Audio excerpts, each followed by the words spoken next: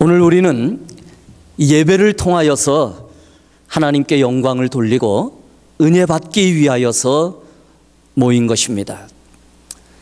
예배는 하나님의 은혜를 끌어들이는 은혜의 통로가 됩니다. 그래서 예배를 통하여 하나님은 하나님의 백성에게 은혜를 전달해 주십니다.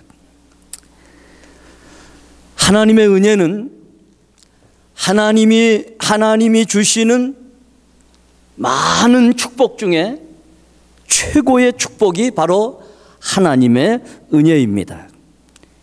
다시 말하면 성도들이 하나님으로부터 많은 축복을 얻었다 할지라도 하나님의 은혜를 온전히 받지 못하면 그 받은 바 은혜와 축복이 사실 별로 의미가 없습니다.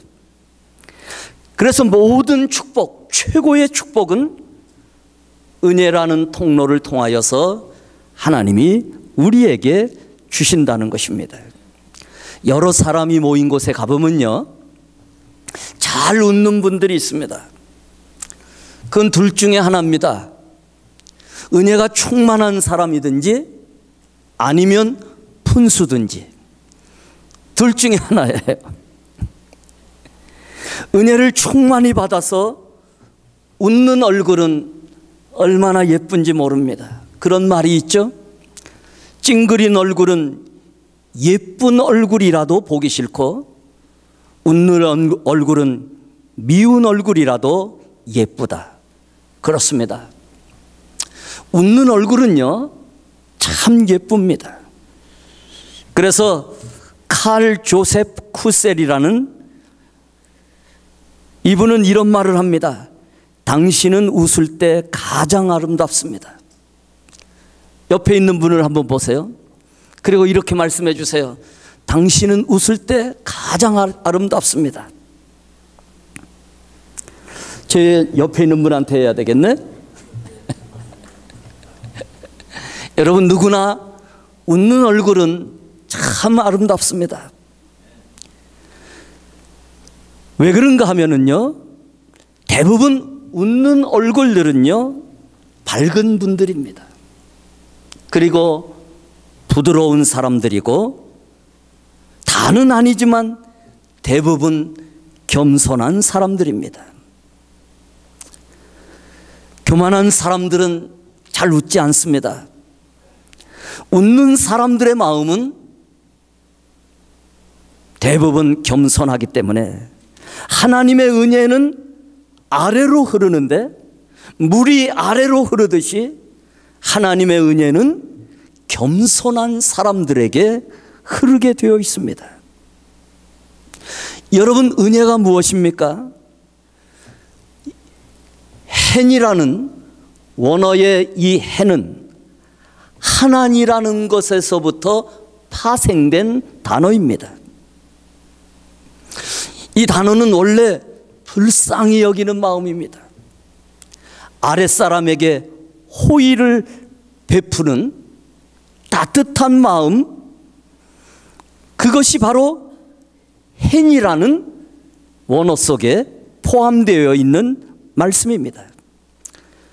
그래서 은혜는요, 하나님께서 누구에게 주시는가 하면은 경건한 자에게, 또 가난한 자에게, 불쌍히 여겨주시는 사람들에게 하나님께서 그 마음을 주실 때에 하나님의 사랑이 전달되고 하나님의 은총과 긍휼이 전달되는 그 하나님의 마음을 하나님께서 베풀어 주시는 그 은혜의 결과를 우리는 은혜라고 표현하는 것입니다. 여러분, 이 은혜는요 말로 다 할 수가 없습니다. 은혜의 중요성은 이루 말할 수가 없습니다. 요셉을 아시죠? 요셉은 은혜 없이는 살 수 없는 사람입니다. 아버지의 사랑을 받았지만 형들의 미움을 받아서 종으로 팔려갑니다. 멀리, 그것도 어린 나이에 팔려갑니다. 대부분 여러분 어린 나이에 종으로 팔려가면 인생이 끝나지 않습니까? 또 종으로 팔려가서도 거기에서 억울하게 감옥으로 들어갑니다. 그 감옥은 특수한 감옥이기 때문에 들어간 사람은 살아나오기 어려운 그러한 특수한 감옥이었습니다. 인생이 풀려날 수가 없는 그런 삶 속에서 어떻게 요셉은 모든 뛰어난 사람이, 그리고 오늘 본문에서 나타나는 것처럼 애를 쓰는 사람들이 정말 일생에 한 번 손에 쥘 수 있는 그런 기회를 얻어서 당대의 최고의 나라인 애굽의 총리가 될까? 다른 것으로는 설명할 수가 없는 것입니다. 다만 하나님의 은혜의 방편, 하나님의 은혜로만 생각할 수 있고 해석할 수 있는 요셉의 결과, 창세기 39장 2절에는 이렇게 말씀합니다. 한번 같이 읽어보실까요? 시작. 여호와께서 요셉과 함께 하심으로 그가 형통한 자가 되어. 다른 말로 바꾸면 요셉에게 하나님의 은혜가 임했다는 겁니다.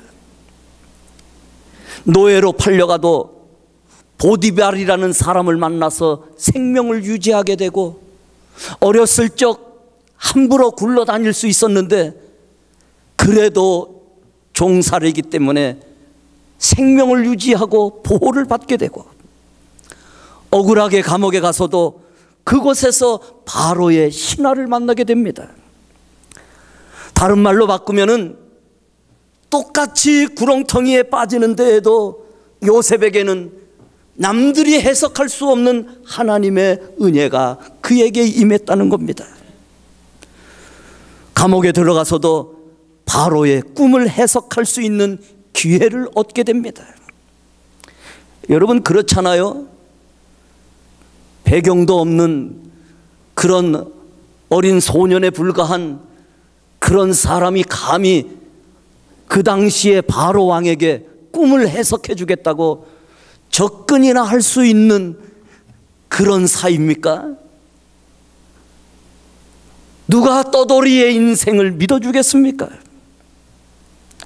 그런데 바로의 꿈을 해석할 수 있는 기회를 얻게 되고, 바로에게 감동을 주셔서 이 요셉이 바로의 꿈을 해석하고 있는 동안 어쩌면 저렇게 지혜가 있을까? 다가올 이 애굽의 미래를 저렇게 꿰뚫고 있다니, 누가 저에게 지혜를 주는가? 저에게 이 애굽의 정치를 맡길 수 있겠다, 그런 신뢰감이 여러분 떠돌이 인생에게 어떻게 들게 됩니까? 그것이 여러분 우연이라고 생각이 됩니까? 다른 말로 바꾸면 그에게 하나님의 은혜가 임했다는 겁니다. 모든 게 다 하나님의 은혜고, 만약에 요셉에게 하나님의 은혜가 없었다면 요셉은 아마 떠돌이 인생으로 끝났을 것이고, 그의 인생 자기 하나도 바로 가누지 못하는 그런 불쌍한 인생이 아니었겠는가, 누구나 상식적으로 생각할 수 있는 삶입니다. 바로 그것이 은혜의 중요성입니다. 하나님의 은혜가 임하면은요, 상상외로 우리의 삶이 풀려나갈 수도 있지만, 하나님의 은혜가 없이는 아무리 좋은 스펙과 조건을 갖추었다 할지라도 인생이 풀릴 수가 없습니다. 그리고 우리의 미래를 예측할 수가 없습니다. 이것이 바로 하나님 은혜의 중요성입니다. 그러면 여러분, 어떤 사람들이 은혜를 받습니까? 오늘 1절에 보니까 싸움과 다툼이 어디에서 일어나느냐 말합니다. 이게 다 욕심에서 일어나는 것이고 교만으로부터 오는 것이라고 말합니다. 그래서 다툼이 일어나고 싸움이 일어납니다. 교만한 사람들, 욕심이 많은 사람들. 2절과 3절에서는요, 욕심으로 기도한다고 얻는 것이 아니라고 말합니다. 내가 막 열정적으로 기도하고 소리내어 기도한다고 하여 응답이 있는 것이 아니라 그것은 욕심의 기도일 때가 있기 때문에 하나님의 은혜로부터 멀어질 뿐이라고 말합니다. 그렇다고 여러분이 본문에 기도하지 말라는 것이 아닙니다. 기도하는 것도 어떤 형태를 이루느냐가 중요하다는 거예요. 이 욕심의 기도도 결국은 욕심으로부터 오는데 이 욕심은 교만으로부터 오게 됩니다. 이 교만은 겸손과 달라서 하나님의 은혜로부터 멀어지게 됩니다. 4절에 보니까 세상을 짝하여 살고 세상 중심으로 사는 것, 이것은 하나님으로부터 멀어지는 것이고 하나님과 벗됨을 버리게 되는 결과가 되는데 이것도 하나의 욕심입니다. 그래서 경건하게 사는 사람들은요, 세상 중심으로 살지 않습니다. 세상 중심으로 살게 되면 하나님의 은혜로부터 멀어지고 그것은 결국 하나님으로부터 올 수 있는 최고의 축복을 잃어버리는 결과와 똑같습니다. 그러면은 과연 어떤 사람들이 은혜를 받습니까? 첫째는 하나님은 겸손한 자에게 은혜를 주십니다. 사람들은 밝고 웃는 사람들을 좋아합니다. 마찬가지로 하나님은 겸손한 자들을 좋아하시기 때문에 하나님의 은혜는 겸손한 것으로 흘러 들어가게 되어 있습니다. 야고보서 4장 6절에 보면 그러나 더욱 큰 은혜를 주시나니 그러므로 일러스되 하나님이 교만한 자를 물리치시고 겸손한 자에게 은혜를 주신다 하였느니라. 겸손한 자에게 무엇을 주신다고요? 은혜를 주십니다. 그렇습니다. 하나님은요, 마음이 겸손한 자에게 예비하신 은혜를 베풀어 주십니다. 하나님은 교만한 자를 물리치시고 겸손한 자에게 은혜를 주신다고 말씀하시는데 7절을 이어서 보시면 그런즉 하나님께 복종할지어다. 문맥상으로 하나님께 순종하고 복종할지어다, 이 말씀은 하나님 앞에서 겸손하라는 것입니다. 누가 하나님께 순종하느냐, 누가 하나님께 복종하느냐, 겸손한 사람들이 가질 수 있는 특징이요 축복입니다. 이어서 마귀를 대적하라고 말합니다. 마귀는 사람을 교만하게 만듭니다. 우쭐하게 만들고 교만하게 만들고 자기를 드러나게 만들고 욕심을 넣어주고, 그래서 결국은 마귀는 죄짓게 만듭니다. 결국 마귀는 사람을 실족하게 만들기 때문에 마귀를 대적하고 마귀와 멀어지는 삶을 사는 것이 겸손한 삶이고 결국은 하나님께 은혜 받는 삶이 되기 때문에 하나님은 겸손한 자에게 은혜를 주시는 것입니다. 여러분, 겸손은요, 주 앞에서 자기를 낮추는 것입니다. 그래서 오늘 본문 10절에 보시면 주 앞에서 낮추라, 그리하면 주께서 너희를 높이시리라. 다시 말하면 겸손이 무엇인가 하면은 심령이 가난한 자입니다.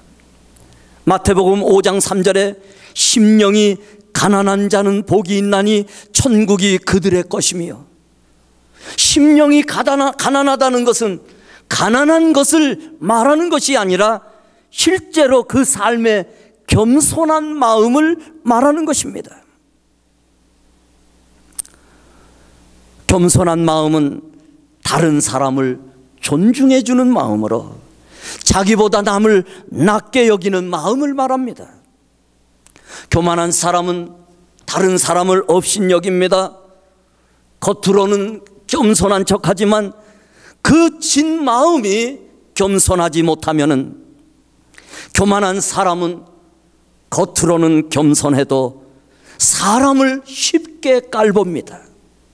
업신여깁니다. 그래서 다른 사람을 존중해 주지 않습니다. 빌립보서 2장 3절에서부터 5절에 보시면은 아무 일에든지 다툼이나 허용으로 하지 말고 오직 겸손한 마음으로 각각 자기보다 남을 낮게 여기고 각각 자기 일을 돌볼 뿐더러 또한 각각 다른 사람들의 일을 돌보아 나의 기쁨을 충만하게 하라. 너희 안에 이 마음을 품으라. 곧 그리스도 예수의 마음이니.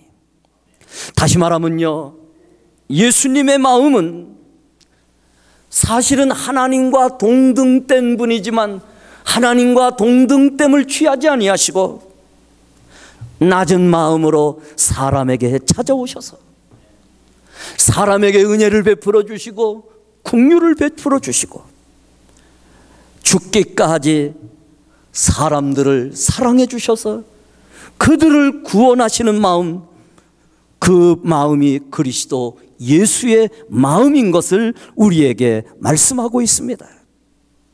그래서 예수님은 하나님의 은혜를 크게 받습니다. 늘 하나님과 동행하고 하나님의 축복 속에서 살아가는 삶을 사시는 것입니다. 아우구스티누스는 겸손한 마음은 모든 은혜를 받는 그릇이다. 탈무드에는 이런 표현도 있습니다. 가장 훌륭한 지혜는 겸손함과 친절합니다. T.S. 시인 엘리어트는 겸손은 신이 내린 최고의 덕이다. 그래서 여러분, 겸손은요 쉽게 얻는 것이 아닙니다. 겸손은 쉽게 흉내낼 수도 없습니다. 흉내내는 듯하지만 사실은 그것처럼 어려운 것이 없는 것은 가장 훌륭한 지혜가 바로 겸손함이기 때문입니다. 그렇게 하나님은 겸손한 자에게 은혜를 베푸십니다. 잠언 3장 34절하고 18장 12절을 우리 한번 같이 읽도록 하겠습니다. 시작. 진실로 그는 거만한 자를 비우시며 겸손한 자에게 은혜를 베푸시나니 사람의 마음의 교만은 멸망의 선봉이요 겸손은 존귀의 길잡이니라. 교만하게 되면은요 쉽게 망할 수 있지만 겸손한 자는 하나님께서 오른손으로 붙들어 주시고 그의 일생 다 가도록 배후에서 힘이 되어 주시기 때문에 가장 큰 힘은 용사에게서 나오는 것이 아니라 가장 큰 힘은 겸손한 자에게서부터 나오는 것입니다. 겸손은 하나님의 은혜를 받는 통로가 되고 하나님의 은혜는 겸손한 자에게 흐르게 되어 있습니다. 두 번째는요, 왜 우리가 은혜를 받아야 되는가? 은혜의 중요성이 있는데 하나님은 누구에게 은혜를 주시는가 하면 기도하는 자에게 은혜를 주십니다. 다시 말하면 하나님의 은혜는 기도하는 것으로 흐릅니다. 기도하는 사람은 하나님을 의지하는 사람입니다.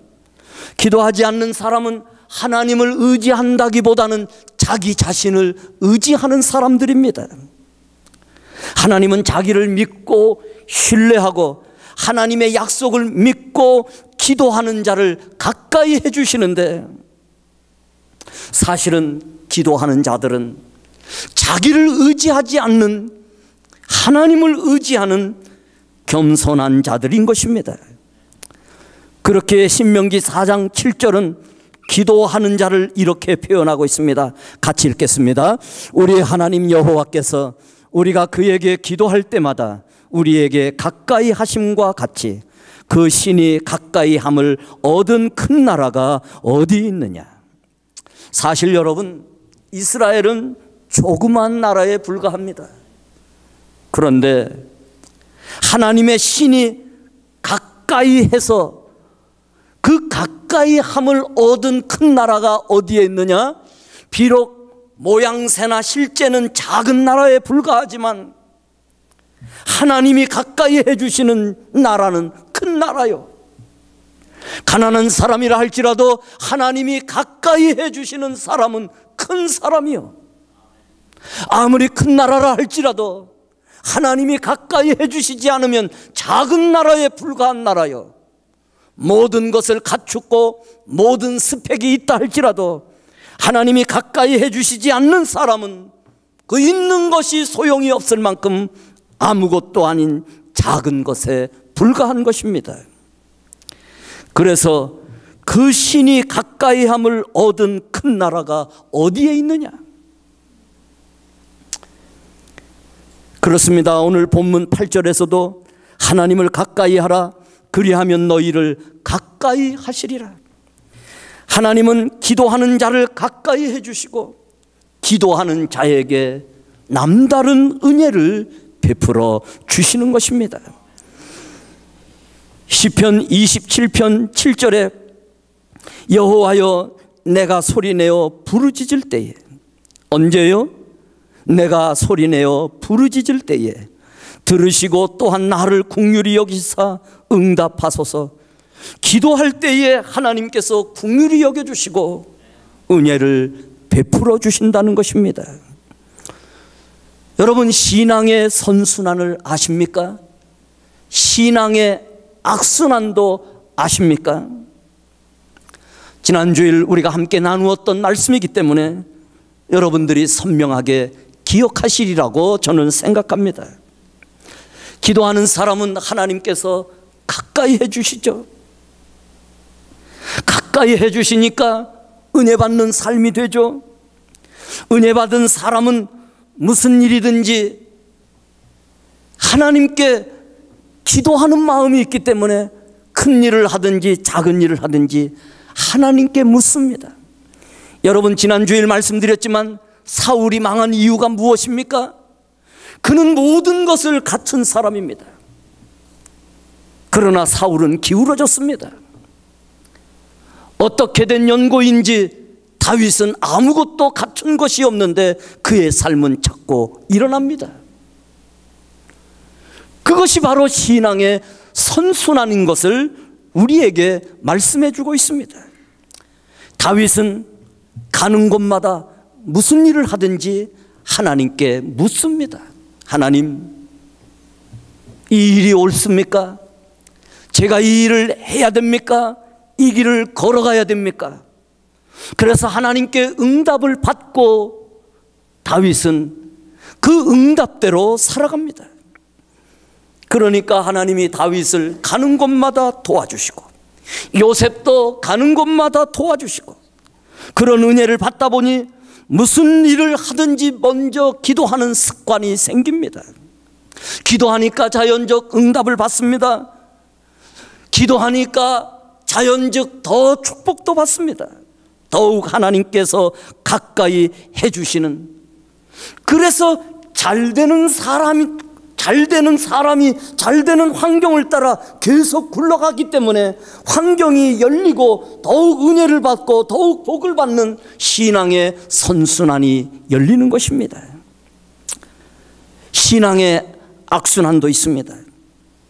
오늘 본문 2절에 보시면 저희가 얻지 못함은 구하지 아니하기 때문이라고 말합니다. 구하지 않고 기도하지 않는데 어떻게 응답이 찾아옵니까?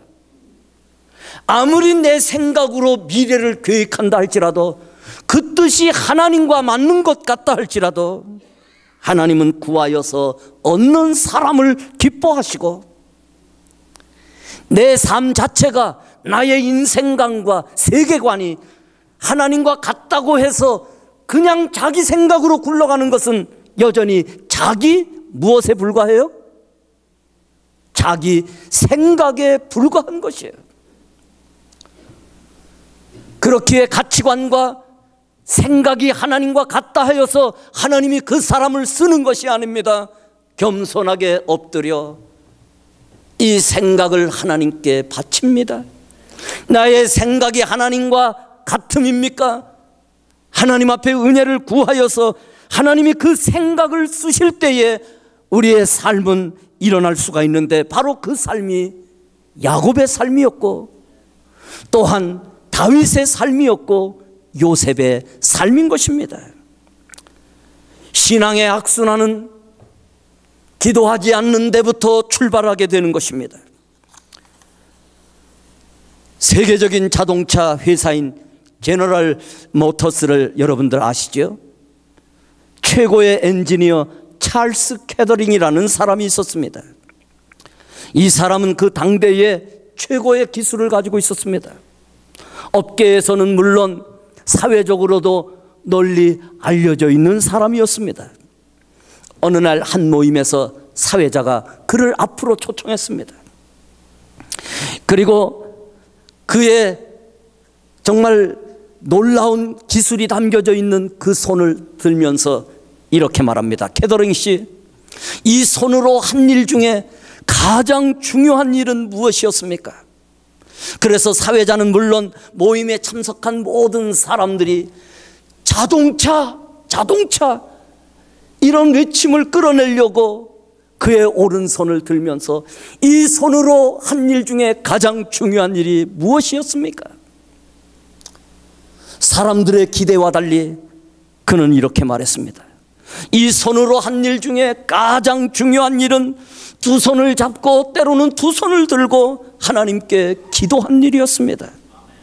제가 기도할 때 하나님은 제게 그런 기술을 가질 수 있도록 아이디어를 주셨고, 하나님은 내 손이 자동차를 통하여 자동차에 이것을 어떻게 해야 될까 길이 막힌 그 순간에도 길을 열어주셨습니다. 그렇습니다, 여러분. 하나님은 기도하는 사람을 도와주시고, 기도하는 사람의 아이디어를 열어주시고, 기도하는 사람의 길을 열어주시는 것입니다.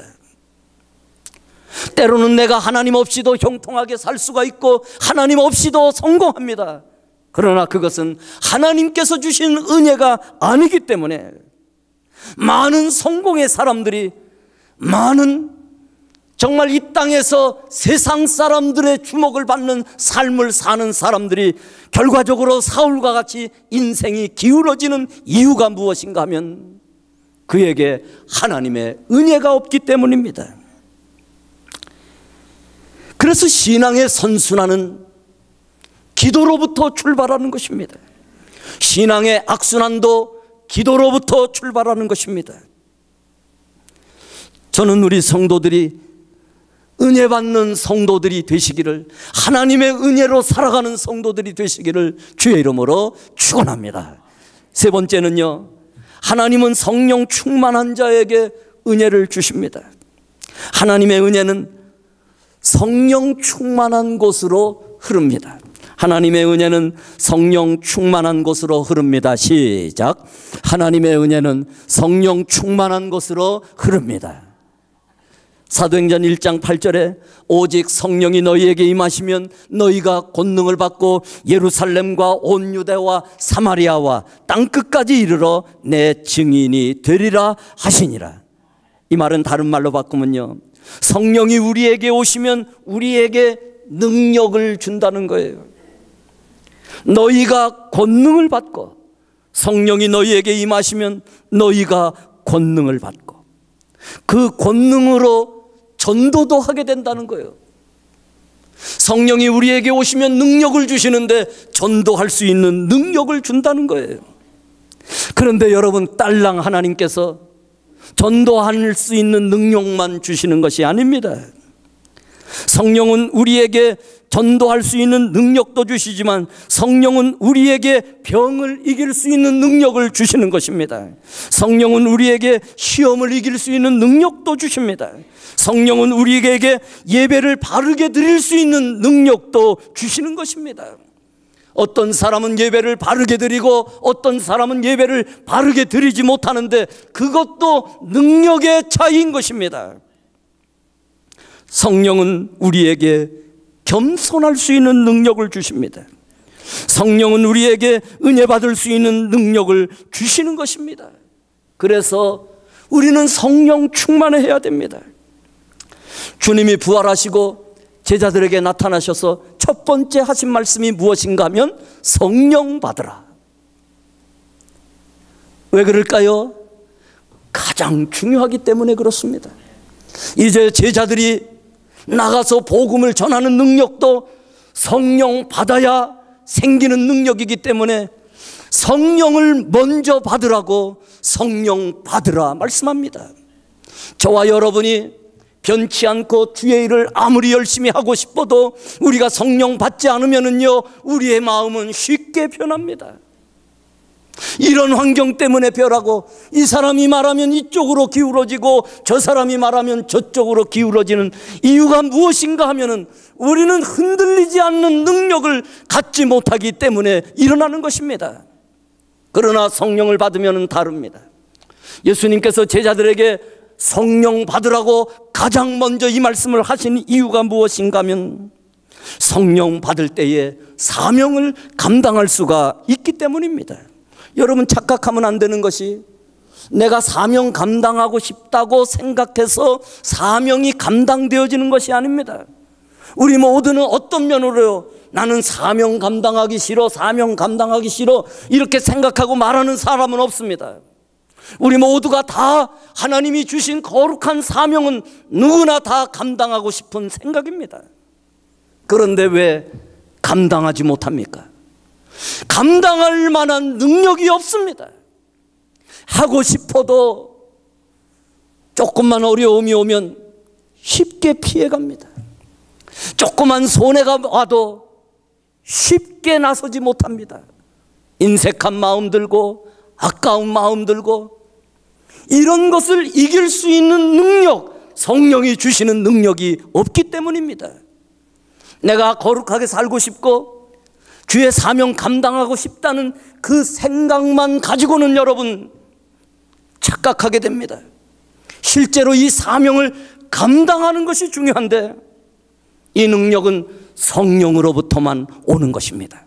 그래서 우리는 성령을 받아야만 됩니다. 성령 충만해야 됩니다. 이것이 하나님 나라의 거룩한 백성으로 살아갈 수 있는 특권이기도 하고 축복이기도 한 것입니다.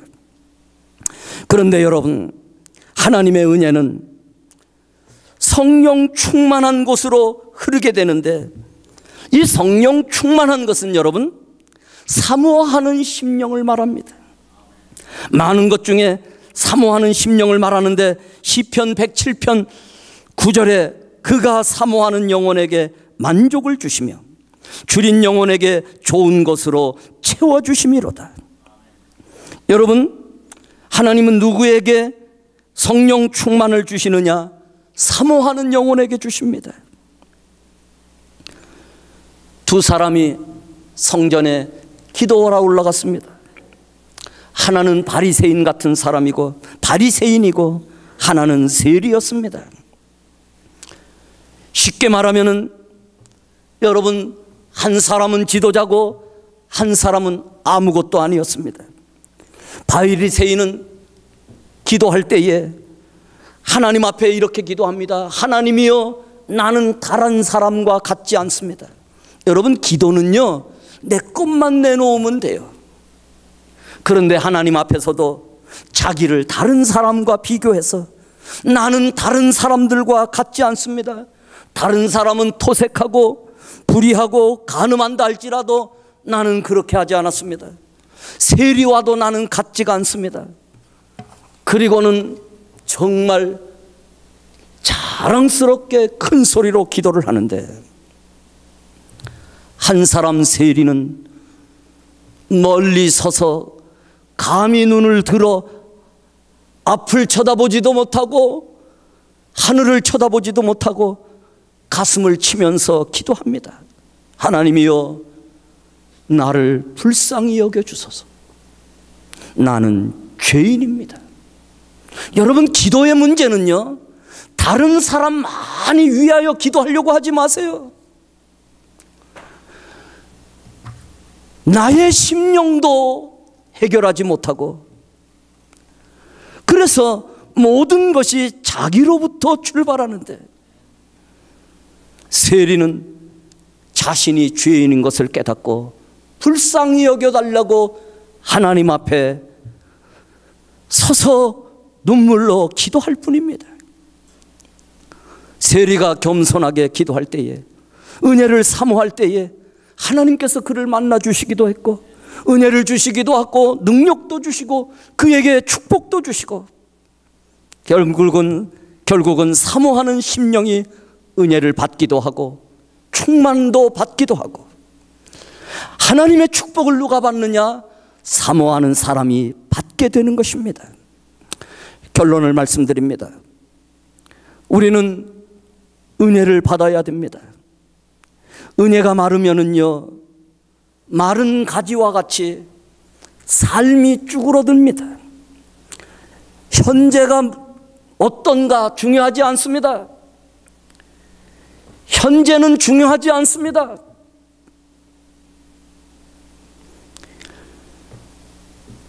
내가 어떤 힘을 가지고 있는가 중요하지 않습니다. 만군의 주 여호와 하나님, 나의 생사 화복을 주관하시고 나의 미래를 열어가시고 나의 삶을 주관하시는 여호와께서 나와 어떤 관계를 갖고 계시느냐, 그 문제가 중요한 것입니다. 하나님의 은혜가 있으면 마른 가지라 할지라도 물이 올라 잎이 나고 열매를 맺게 되지만, 아무리 가지가 풍성하다 할지라도 하나님의 은혜가 마르게 되면 가지가 마름과 같이 삶이 쪼그라지고 또한 비틀어질 수밖에 없습니다. 그래서 하나님의 은혜와 축복 없이 교만하게 자기를 자랑하는 사람이 최고의 연약하고 불쌍한 사람에 불과합니다.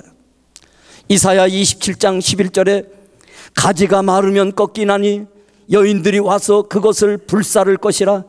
백성이 지각이 없으므로 그들을 지으시니가 불쌍히 여기지 아니하시며 그들을 조성하시니가 은혜를 베풀지 아니하시리라.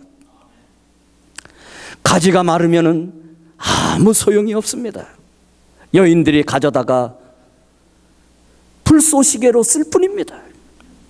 하나님의 은혜가 없으면은요, 여기에 백성이 지각이 없으면은 백성이 깨달음이 없고 백성이 믿음이 없고 하나님을 신뢰하는 그 신뢰감이 없고 하나님 앞에 자기를 맡기는 겸손함이 없는 그 백성이 지각이 없을 때에 하나님께서 이 하나님을 그들을 지으시니라고 표현합니다. 그들을 조성하시니라고 표현합니다. 그분이 은혜를 베풀지 아니하시면 마른 가지처럼 꺾일 뿐이라고 말하는 것입니다. 하나님이 은혜를 주시지 아니하면, 은혜 받지 못하면 마른 가지일 뿐인 것입니다. 형통하지 못합니다. 사명도 감당하지 못하고 하나님의 축복도 받을 수가 없는 것입니다. 그렇게 우리는 은혜를 받아야만 되는 것입니다. 여러분, 하나님의 은혜를 우리는 반드시 받아야만 되는 것입니다. 우리는 반드시 하나님의 은혜를 받아야만 되는 줄 믿습니다. 그래야 능력 있는 삶이 되고 모든 일이 편안해집니다. 도산 안창호는요, 딱딱한 사회, 딱딱한 가정, 딱딱한 인간관계를 바라보면서 우리 민족이 어떻게 여기에서 벗어날까 생각하면서 사람마다 웃는 무브먼트를 해야 되겠다. 그래서 방글에 빙글에 벙글에 마을마다 그거를 붙여놨습니다. 아이들은 방글에 웃고 어른들은 빙글에 웃고 노인들은 벙글에 웃자. 웃는 사회가, 웃는 마을이 밝게 되고 겸손한 사회와 마을이 된다고 이 운동을 펼쳤습니다. 부산 안창호의 이 말을 우리는 이렇게 바꿔야 됩니다. 아이들도 은혜 받고 어른들도 은혜 받고 노인들도 은혜 받자. 여러분 외울 수 있어요? 아이들도 은혜 받고 어른들도 은혜 받고 노인들도 은혜 받자. 여러분, 은혜가 없으면 사실 아무것도 아니에요. 지금 우리가 이렇게 사는 것은 오늘도 여러분 이 어려움을 극복하고 이렇게 달려나올 수 있는 힘이 어디에서 있었습니까? 이게 하나님께서 여러분에게 주신 믿음이요, 여러분에게 주신 축복이고, 이게 바로 하나님의 은혜인 것입니다. 우리가 하나님 앞에 영광을 돌리며 살아갈 수 있는 이 축복은 정말 은혜로부터 일어나는 것입니다. 겸손한 자가 되어야 합니다. 하나님의 은혜는 겸손한 자에게 흐르기 때문입니다. 기도하는 자가 되어야 됩니다. 기도하는 사람에게 은혜를 주시고 성령 충만을 사모하는 사람이 되어야 되는 것은 하나님의 은혜는 성령 충만한 자에게 흐르기 때문인 것입니다. 우리는 때마다 시마다 하나님의 은혜를 사모하셔서 은혜도 받고 축복도 받고 능력도 받고 우리가 무슨 일을 하든지 하나님께 영광을 돌리며 거룩하게 쓰임받는 하나님의 은혜가 충만한 삶을 살아가시는 이 하나님의 은혜로 말미암아 하나님께 영광을 돌리고 충만한 삶을 살아가시는 여러분들이 다 되시기를 주의 이름으로 축원합니다. 기도하시겠습니다.